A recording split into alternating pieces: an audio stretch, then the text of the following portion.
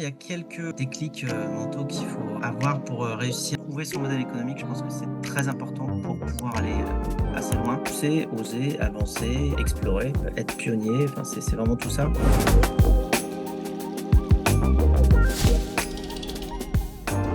Bonjour à tous. Alors Frédéric, merci de te joindre à nous aujourd'hui. Je vais commencer par une petite bio pour ceux qui ne te connaissent pas. Donc Frédéric Mazzella est le président fondateur de Blablacar et de Captain Close et coprésident de France Digital. Pour ceux qui ne savent pas, Blablacar est le leader mondial du covoiturage, mais ce qui est intéressant, ce sont surtout les chiffres, avec 100 millions de membres dans 22 pays. Et Captain Cause est la nouvelle plateforme qui révolutionne l'engagement des entreprises en faveur des projets à impact social et environnemental. Frédéric est par ailleurs coprésident entrepreneur de France Digital, ce qui nous intéresse aujourd'hui avec le Business Startup Day, la plus grande association des startups en Europe. Et il est animateur de l'émission hebdomadaire Les Pionniers sur BFM Business, dans lequel il reçoit notamment explorateurs, artistes, entrepreneurs et sportifs pionniers dans leur domaine.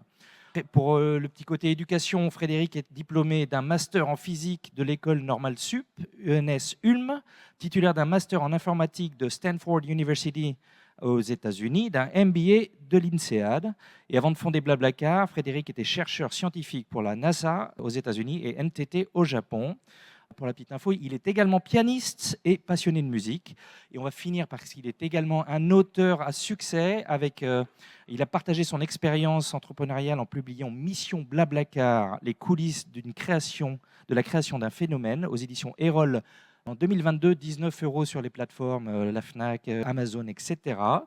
Et il nous dévoile, avec des dialogues conviviaux, les méthodes derrière la construction d'une licorne en partant de zéro. Dès la sortie du livre, il a été qualifié de livre de chevet de l'entrepreneur. Et je vous invite à aller visiter le site web Mission Blablacar, qui a également plein de méthodes et plein de fiches qui sont en correspondance avec cette aventure. Bon, ça fait déjà une belle bio, Frédéric, que tu as l'habitude d'entendre, j'imagine. Oui, enfin, j'ai pas forcément l'habitude de l'entendre, mais c'est vrai que résumé comme ça, je me dis, bon, j'ai fait deux, trois trucs. Deux, trois trucs. Et ben justement, ma première question, ça va être, avec Blablacar, tu as tout explosé. Et comment on fait quand on passe de 1 to 10, ou plutôt de 1 to 1000 dans ton cas? Et quelles sont les 3, 4 clés qui t'ont permis de passer la seconde? Oui, bonjour à tous. Déjà pour commencer, alors c'est difficile de résumer, mais effectivement, il y a peut-être quelques déclics mentaux qu'il faut avoir pour réussir à pousser la chose très très loin. Quand l'idée commence à fonctionner, alors la première chose qui a été assez difficile, une fois qu'on avait trouvé quelque part un service qui attirait suffisamment d'utilisateurs, c'est-à-dire qu'on voyait qu'il y avait quand même un engouement, même si au début ça marchait pas beaucoup, puisque les gens se trouvaient pas forcément, hein, parce que quand on cherche un Paris-Strasbourg demain à 14 h et que sur la plateforme on a un Montpellier-Bordeaux après-demain à 18 h, forcément on peut pas forcément matcher un conducteur et un passager. Mais bon, petit à petit la masse critique est venue et ça marchait. Le plus gros challenge au départ, c'était de trouver le modèle économique qui allait nous permettre de grandir, parce que évidemment au début c'était que des coûts et pas de revenus. Donc on a beaucoup tâtonné, on a fait 6 modèles économiques quand même jusqu'à ce qu'on y arrive, mais il faut pas se décourager. C'est-à-dire qu'il faut essayer autre chose jusqu'à ce qu'on trouve quelque chose qui fonctionne avec le service. Donc ça, c'est une première chose, trouver son modèle économique. Je pense que c'est très important pour pouvoir aller assez loin. Ensuite, il faut penser global, surtout en tech, parce que là où la technologie arrive à équilibrer ses coûts, c'est quand elle a une grande, grande surface de jeu. Donc, il faut beaucoup d'utilisateurs pour que ça commence à équilibrer tous les coûts qu'il faut pour développer l'innovation, la R&D, la maintenance de la plateforme. Donc, il faut penser global dès le début. Donc, un nom international, ça aide. L'établissement de valeurs aussi, plutôt que de process, ça aide beaucoup parce que ça permet à tout le monde dans l'équipe de prendre des décisions sans infantiliser tout le monde derrière des process. C'est plutôt des valeurs qui vont porter la société. Voilà. Et puis, ensuite, quand on s'étend à l'international, il faut penser à différentes stratégies. Ça peut être de réussir à faire un partenariat avec une petite équipe locale qui fait un peu la même chose que nous, hein. Dans le cas de Blablacar, on s'est étendu en s'associant avec plus d'une dizaine d'équipes à l'international à chaque fois pour s'étendre dans des nouveaux pays. On peut aussi faire un modèle spin-off, on peut aussi partir de zéro, mais partir de zéro quand on se lance dans un nouveau pays, c'est le plus dur en fait. Le plus simple, c'est quand même de trouver des partenaires sur place qui sont déjà convaincus par ce qu'on fait et qui veulent s'adosser à une plus grosse structure. Et puis ensuite, il faut vraiment penser à recruter tout le temps. Moi, j'ai passé un tiers de mon temps à recruter. Quand on était en phase d'hypercroissance, c'était une obsession, quoi, de trouver des gens pour venir, eh bien, rejoindre l'équipe et faire grandir tout le projet. Donc voilà, je dirais trois choses: trouver un bon modèle économique, penser global dès le début, et puis recruter, recruter, recruter. Ouais, super. En termes de développement international, je vais revenir sur ce point-là. Est-ce qu'il y a des éléments qui te permettent de choisir un bon partenaire? Oh ben, bon, en international, comme dans tout le reste, hein, c'est toujours une histoire de recrutement. Il faut trouver des gens qui croient dans ce qu'on fait, comme nous, qui, quand on leur parle de ce qu'on va faire, eh ben, ont des étoiles dans les yeux. Ils se disent: «Ah, j'ai envie de participer à cette aventure-là». Donc de toute manière, quand on crée un projet comme ça, on passe son temps à recruter tout, hein. Donc on recrute, évidemment des nouveaux collaborateurs, mais aussi, des investisseurs, mais aussi, des clients, mais aussi, des partenaires à l'international. Et c'est un peu toujours la même chose qu'il faut réussir à créer, c'est, l'envie du partenaire de participer à l'aventure. Avec le partage des valeurs. Voilà, avec le partage des valeurs, avec le partage de la mission, enfin de l'envie d'aller plus loin, de construire tout ça ensemble. Ça, c'est très important. Je pense que l'envie est le plus important, et il faut le déceler, il faut le valoriser aussi. Quand on trouve quelqu'un qui a vraiment envie de travailler avec nous, il faut le faire. Bon. Eh bien, merci Frédéric pour ces quelques points qui, j'espère, éclaircir la pensée des entrepreneurs ici dans la salle, qui sont nombreux. Maintenant que tu as réussi, en gros, qu'est-ce qu'on fait après? Comment on trouve la Je motivation sais pas, mais le tu sais, matin? ouais, selon certains critères, on dit: «J'ai réussi», mais moi, je considère que j'ai jamais réussi. Enfin, je suis jamais au bout, quoi. Donc c'est un chemin, et je suis content de ce que j'ai fait, mais j'ai encore tellement à faire. Donc moi, ce qui me motive, alors sur cette question-là, ce qui me motive, je me suis quand même bien penché dessus. En fait, ce qui me rend le plus heureux, c'est de me sentir utile. Mais ça, je pense que c'est très humain. Enfin, on est beaucoup, beaucoup, quasiment tout le monde est comme ça. On adore quand même être utile. C'est-à-dire qu'il n'y a pas grand-chose qui fait plus plaisir qu'un merci de la part d'un de nos congénères, j'ai envie de dire. Quand quelqu'un nous dit merci, bah, j'ai été utile, j'ai aidé. Donc c'est ça qui me motive, et en fait les manières de se rendre utile, sont, infinies. Il y a vraiment des centaines de milliers de manières de se rendre utile. Donc ça, on n'a jamais fini. Donc voilà, là j'ai lancé un nouveau projet avec une jeune équipe, qui s'appelle Captain Cause. Notre produit, ça s'appelle le DIFT. Peut-être j'en parlerai un petit peu plus tard, mais le DIFT, c'est don plus gift, et donc c'est une manière d'offrir un cadeau qui est un don pour une association dans le domaine social ou environnemental, et ça me motive énormément, parce que c'est encore une autre manière de se rendre utile. Ouais, c'est une superbe aventure et tu recommences à zéro avec Captain Cause quasiment. Donc, quels sont les 3 conseils que tu t'appliques tous les matins avec cette nouvelle aventure, cette start-up Captain Cause, avec ton expérience de Blablacar? Oui, d'ailleurs, je voudrais préciser une chose, parce qu'on pense, alors évidemment, il y a des choses qui sont plus simples quand on redémarre de zéro et qu'on a déjà eu une aventure avant, mais il y a des choses qui sont tout aussi compliquées. Tu vois, par exemple, on a dû lever des fonds, bon, on est allé voir 34 fonds, quoi. Pour lever des fonds. Les gens, ils pensent que, par exemple, mes investisseurs sur Blablacar m'ont suivi sur Captain Cause. Bah non, en fait. Et je suis allé voir d'autres investisseurs, parce que mes investisseurs, c'était pas leur thèse d'investissement, ce nouveau projet. Donc en fait, voilà, il faut garder tout le temps la capacité d'aller chercher des nouvelles opportunités, et aller provoquer des oui, en fait, et des gens qui vont nous suivre. Donc, je pense que si on parle de conseils à appliquer, le premier, ce serait de garder toute son énergie tout le temps. Il n'y a jamais rien d'acquis, et il faut se remettre en cause tout le temps, d'une part, mais aussi aller chercher à ouvrir des portes aussi tout le temps. Pas penser que les portes vont s'ouvrir toutes seules, ça n'arrive jamais. Il faut tout le temps aller, pousser les portes. Donc, il faut garder cet état d'esprit, on peut qualifier d'ailleurs d'état d'esprit entrepreneurial, hein, c'est-à-dire, voilà, pousser, oser, avancer, explorer, être pionnier, enfin, c'est vraiment tout ça. Alors ensuite, il y a aussi le côté, comme on explore et qu'on fait des choses qu'on n'a pas faites avant, très souvent, on n'a pas assez de données pour étayer un raisonnement rationnel sur la réussite de ce qu'on est en train d'entreprendre, et c'est là où, la notion d'émotion et de réussir à utiliser quelque part ces 2 cerveaux, le cerveau droit et le cerveau gauche, est très importante, parce que des fois, on doit juste faire confiance à son instinct, sans avoir forcément les données pour comprendre pourquoi c'est ça qu'il faut essayer, c'est ça qu'il faut faire. Donc, c'est important de bien tenir compte de, ce que l'on ressent parce que les données ne nous aideront pas forcément sur un chemin qui est parfaitement nouveau.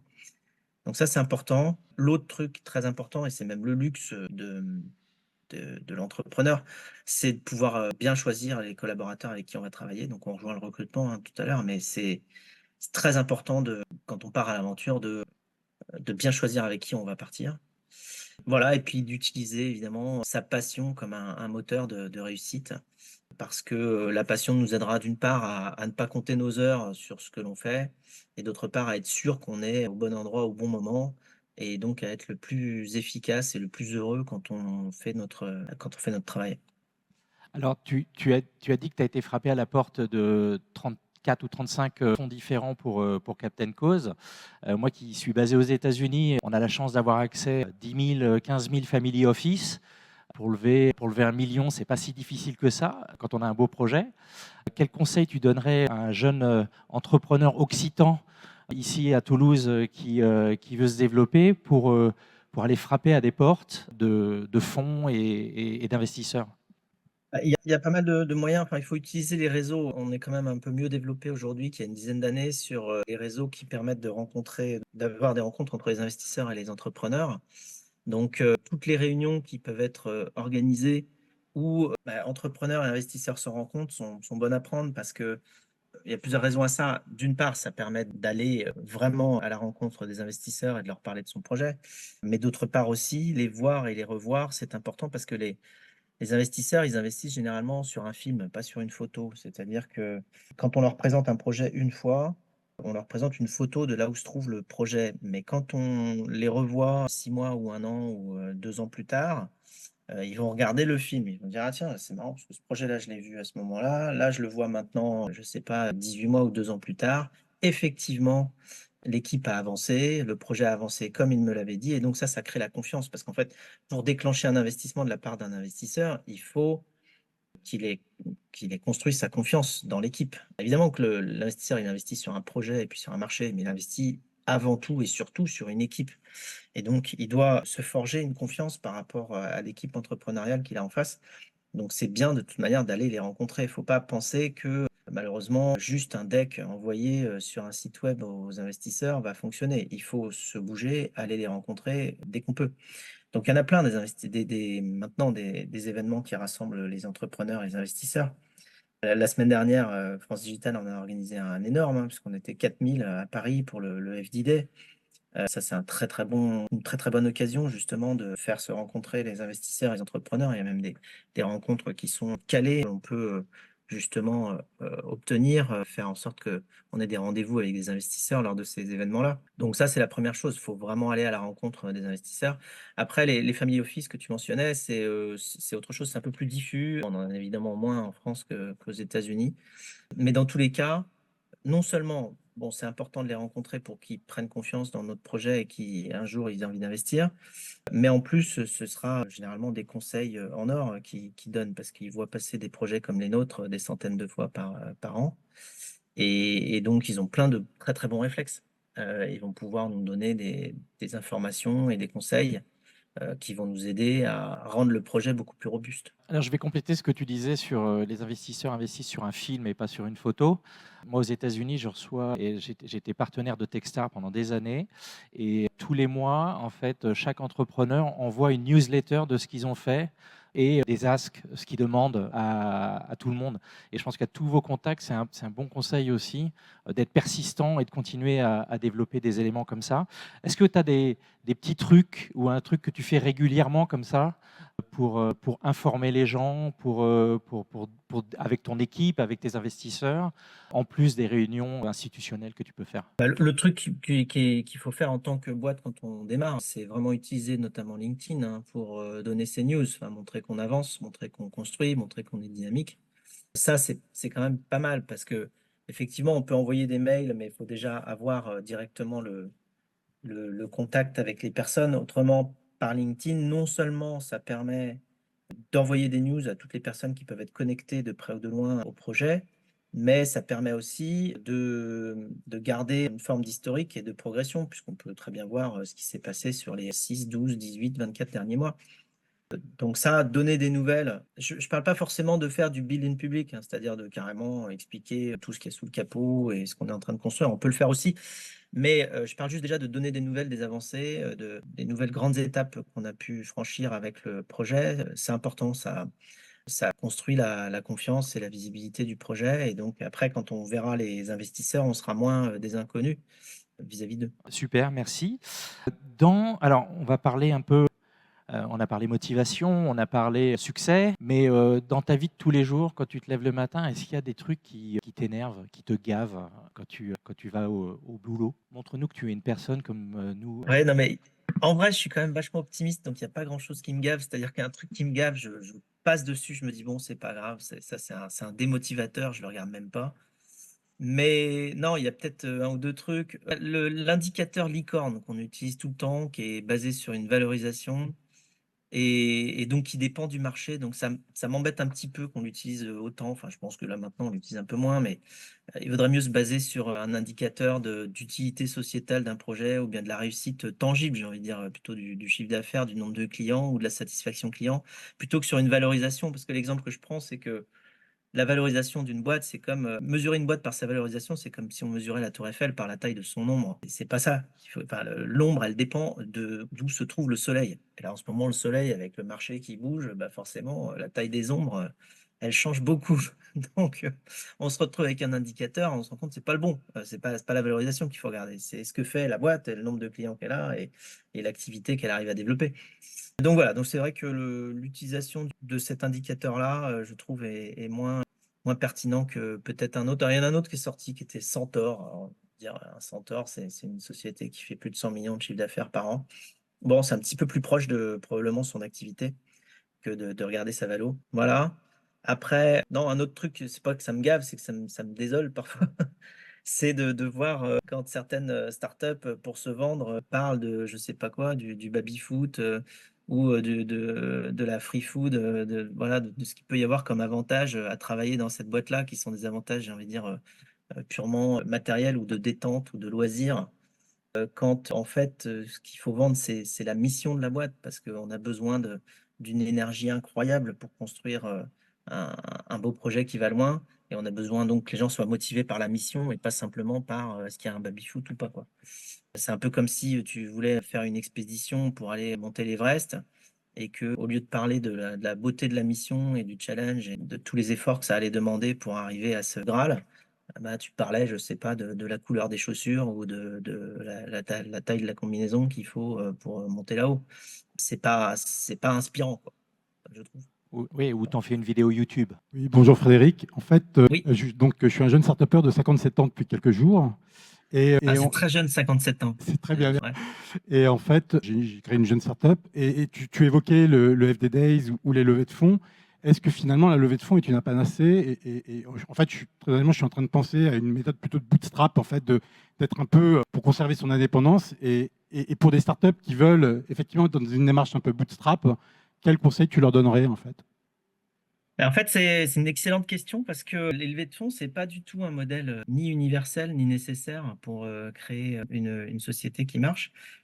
En fait, ça dépend des modèles et ça dépend de l'investissement, notamment technologique, qu'il faut faire au départ. Quand on parle d'investissement technologique, souvent dans nos sociétés, ça veut dire quoi? Ça veut dire recruter quelques personnes qui font de la tech, qui construisent une plateforme, par exemple, ou un produit et qu'il faut payer pendant ce temps-là et parfois ça dure, 18 ou 24 mois avant d'avoir un produit qui peut être présentable. Donc ça coûte pas mal d'argent et donc il y a besoin d'aller, constituer une équipe et donc de lever des fonds puisque pendant le temps qu'on construit le produit, on peut rien vendre. En revanche, si on est sur une activité où on arrive à vendre beaucoup plus vite, une forme de service ou un produit, un petit peu plus simple à construire, on peut très bien avoir des revenus assez rapidement et donc réussir à avoir une forme d'équilibre qui ne nécessite absolument pas d'aller chercher 500 000, 1 million ou 5 ou 10 millions d'euros, qui engendreront du coup une dilution et donc une forme de perte de contrôle, comme tu l'évoques, Karim.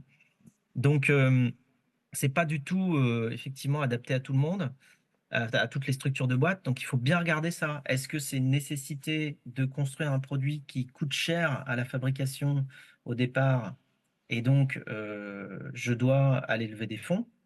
Ou bien est-ce que je peux presque m'auto-financer ou aller chercher quelques business angels pour quelques dizaines ou centaines de milliers d'euros et m'en tirer comme ça pendant 18-24 mois. Puis après, je verrai un petit peu plus tard comment ça avance. Donc, non, c'est pas du tout une obligation de lever des fonds, évidemment. Et même, il y a des très, très belles boîtes qui bootstrap parfaitement. Alors, dans les médias, on les entend beaucoup moins. Parce que très souvent, c'est les boîtes qui lèvent qui communiquent. Ou c'est un tout, mais les médias qui relaient les informations sur les startups communiquent plus sur les boîtes qui lèvent que sur celles qui lèvent pas. Donc, mais il y en a beaucoup qui ne lèvent pas et qui marchent très très bien. Un grand merci Frédéric pour cette réponse et pour ton intervention. On sait que ton temps est précieux. On arrive à la fin de l'intervention aujourd'hui. Je rappellerai à tous les entrepreneurs dans la salle et ceux qui sont arrivés en cours de route le livre Mission Blablacar avec la plateforme du site web dédié où vous allez pouvoir apprendre plein de choses super intéressantes sur le développement. Et pour les entreprises... Édition Erol. Édition Erol, ouais, 19 €. Édition Erol, en 2022, voilà, pour être complet. Et pour les entreprises qui sont dans la salle, pareil, je vous invite à aller voir la plateforme Captain Cause et en apprendre plus sur les DIFT, le don plus le gift, qui pour vous permettre Oui, d'avoir il y a plus une vidéo d'impact. très sympathique d'ailleurs de Pascal Légitimus sur le DIFT. Vous verrez, c'est assez marrant. Donc, Allez sur la plateforme. Allez-y. Encore 1000 merci Frédéric. Et puis on espère que l'année prochaine, tu auras le temps de venir nous voir en physique ici. J'espère aussi. C'est vrai que le temps, c'est un petit peu la denrée rare. On te fera un super programme à Toulouse ou alors si tu viens au Colorado, je t'accueillerai avec grand plaisir. D'accord. Super. Merci à tous. Parfait. Merci beaucoup. Merci à tous. Au revoir.